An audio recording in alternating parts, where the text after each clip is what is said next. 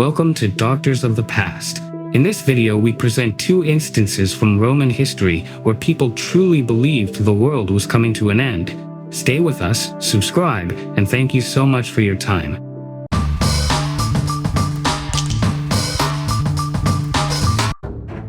On August 9th, 378 AD, near Adrianople, the Roman army commanded by Emperor Valens clashed with the Goths, led by Fritigern.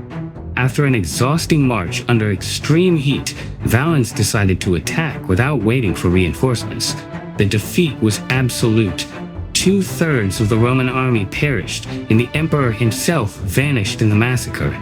For many contemporaries, the devastating result of this confrontation was interpreted as the literal end of the ancient world. This disaster triggered a psychological trauma that reignited the ancestral fear of barbarians and shattered the belief in Rome's invincibility.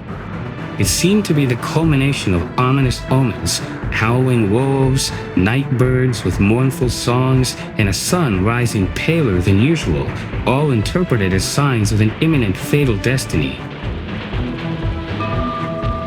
In the religious sphere, Catholics viewed the death of Emperor Valens as divine judgment and punishment for his Arian faith. Paradoxically, pagans attributed the tragedy to the wrath of the old gods in response to the rise of Christianity.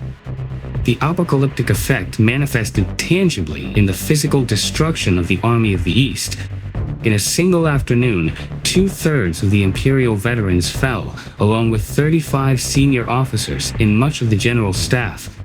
This loss was irreparable. Elite units, hardened in 1,000 battles with traditions dating back to Constantine, ceased to exist.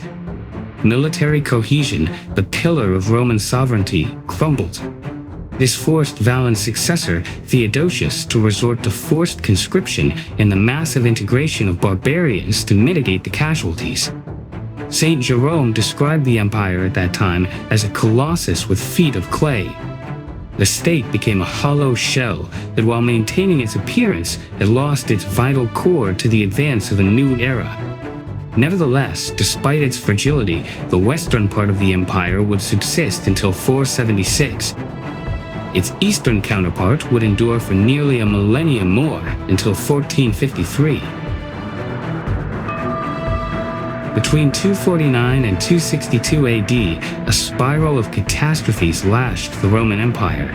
A devastating plague converged with droughts, invasions, and fiscal collapse. The principal chronicler and witness of this particular end of the world was the Bishop of Carthage, Cyprian.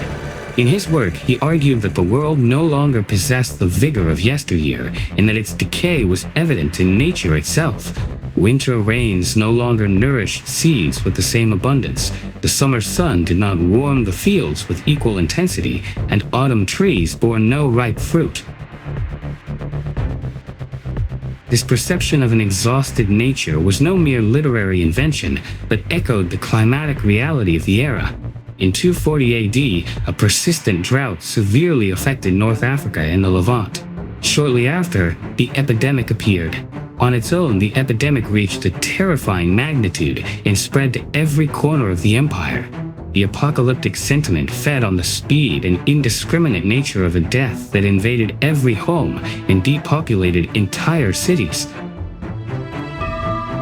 This environment of mass mortality provoked unprecedented spiritual and religious upheaval.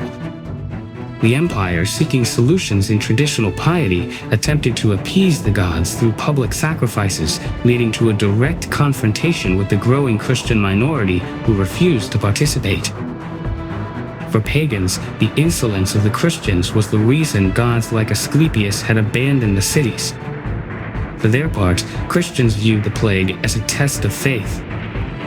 The demographic impact was so severe that it's estimated some cities like Alexandria lost more than half their population. The loss of human life emptied the farmlands and decimated the border legions.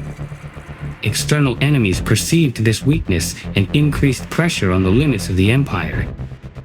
Economically, the plague and wars strained a system that had already exceeded its limit of resistance.